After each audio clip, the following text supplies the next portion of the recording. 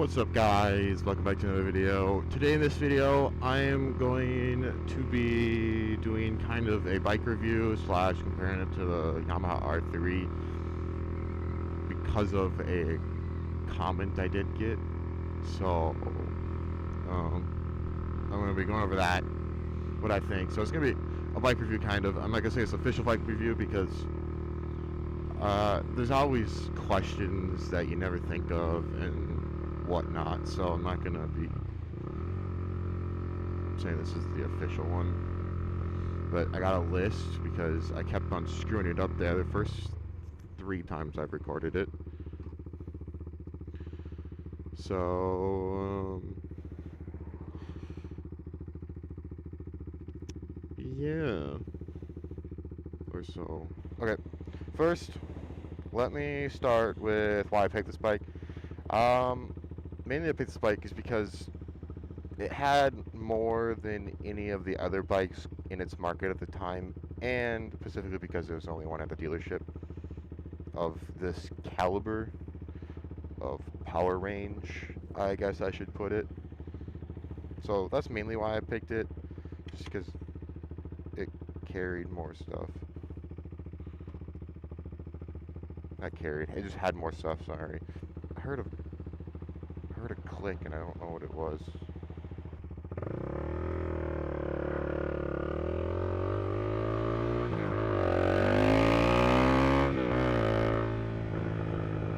Alright, now that we got through that, now comes the part where I compare this to the R3, it seems like, from my notes.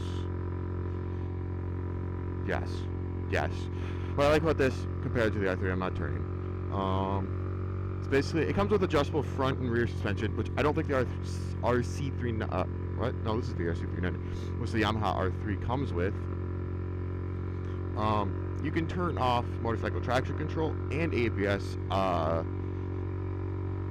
Yamaha R3 doesn't have traction control. It does have ABS, but you can't turn it off. You have to buy a separate plug-in to, quote-unquote, turn it off, which at that point you're just eliminating it. I'm trying to think of other stuff. At the moment I cannot think of anything. It just comes with more gets and gadgets. Downfall, I guess this isn't something I like more. This bike's colors are horrific. I mean, some people like them, don't get me wrong. They're just not for me. That's the one thing. Because when I bought this, the next day I looked on the website and they had a newer model in the back in the other color scheme, which I would have much more preferred over this, but you can't change what's done already. So I stuck with it and I've enjoyed it. I don't like the front end. We'll do a walk around of the bike once I get to Walmart. Yes, Walmart, because I need stuff. Now we are on to any problems I've noticed with this bike. There is one problem that I have noticed, which is when downshifting, like rev matching or clutchless shifting, which you shouldn't clutchless shift because from my understanding it's really bad for your engine. Upshifting, clutchless is completely fine. Downshifting is not fine. It'll hurt your engine, your transmission. But when doing clutchless downshifting or rev matching, it has a chance to skip from third to neutral, completely skipping over second. And yeah, it's fine until you try to put it into gear and it kind of seems like it clunks into gear or it grinds into gear. I don't know how to exactly put it into words because I don't actually know what's happening. Oh wait, I missed my experience with the bike. I'm an idiot. Well, anyways, we'll just do that. That's one of the problems. The other problem has nothing to do with the bike, with how it comes. It has to do with the modifications you do to it. So, as I went off in my one video, I have the V-Rex header pipe. That is all fine and dandy. You can use it with the stock muffler, or you can get their slip-on, which is, either way works. But once you use the, what is it called? Rapid Bike tuner kit module, whatever you want to call it, it has a chance on hot days to turn the check engine light on, which I haven't noticed a couple times, but you just turn it off and then turn it back on like a few minutes later and it's fine. And then if you choose to get a slip-on, that's when now my check engine light is on every single time it is a hot day around 80 degrees.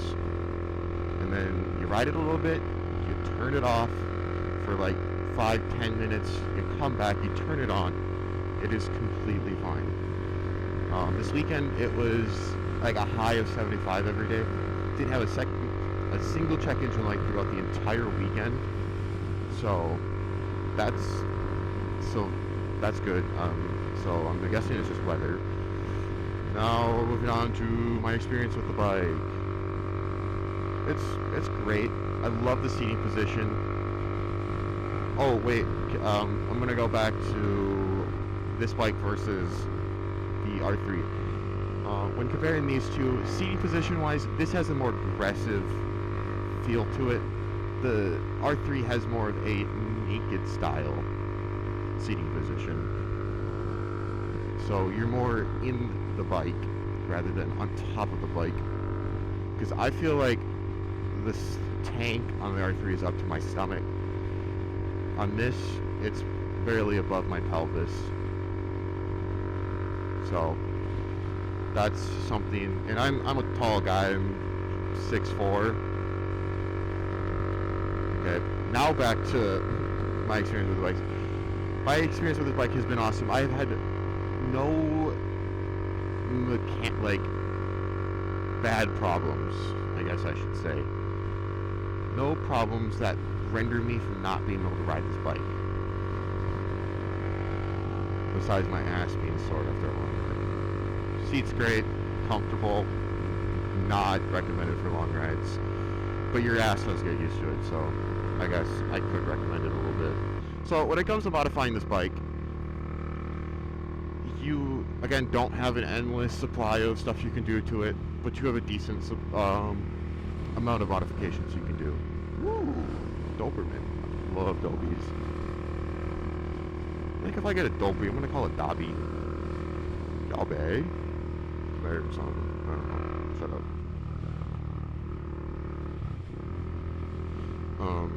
What? Oh, there's a decent amount. So I'm gonna start with, there's a website, I think it's Gray Area KTM.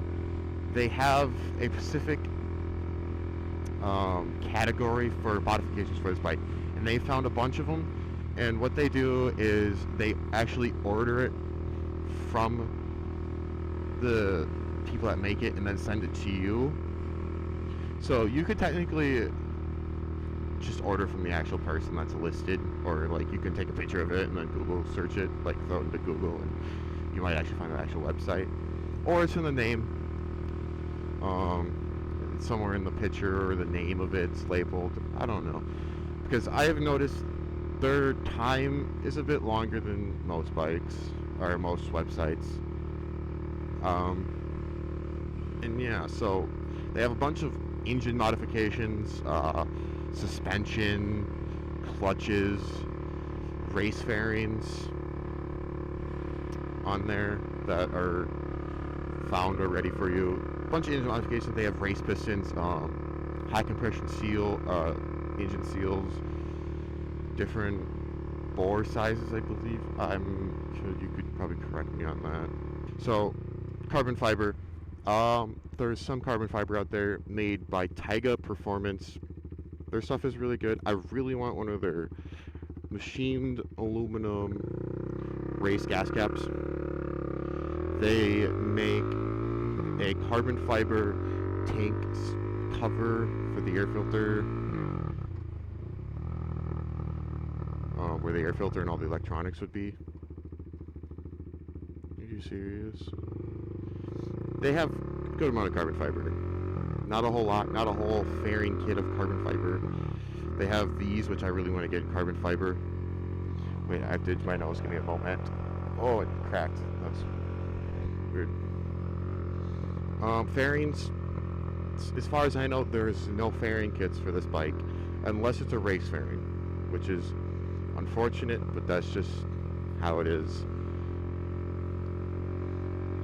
If you wanted to have special color, you'd have to wrap it, and then if you want to change the subframe, you'd have to order off eBay, which I was gonna do.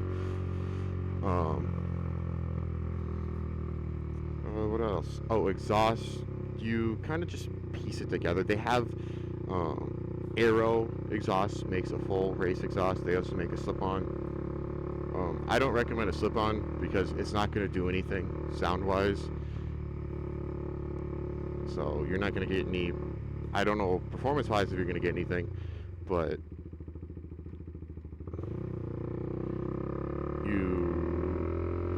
there's no sound change. So I'll go with the full exhaust.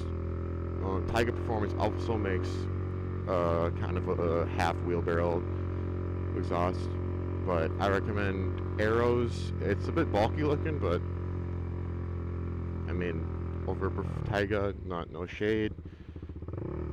Love your guys' work from what I can see. I'm always checking your website. Aero is just more reputable. I'm not saying Taiga isn't. There's videos on Taiga exhaust. There's also Dominator, actually. Dominator makes full exhaust systems that are plug and play, no tuning necessary. The exhaust I have right now, you need tuning. The race exhausts that you can buy off of Aero and Taiga, you probably don't need tuning because the cat's still there. And so in the end, what do I recommend this over the R3, just to get that cleared for the one person that did ask. I prefer this just because of how much more you get, in my opinion. And it also depends on how you want to, what seating position you like. You like on top, or do you like being in the bike? It's your choice. I recommended this just because it's more racy. You get more stuff. There's a good amount of power parts. I've looked a little bit into the R3. It's a little more difficult, in my opinion, but I haven't looked a whole lot.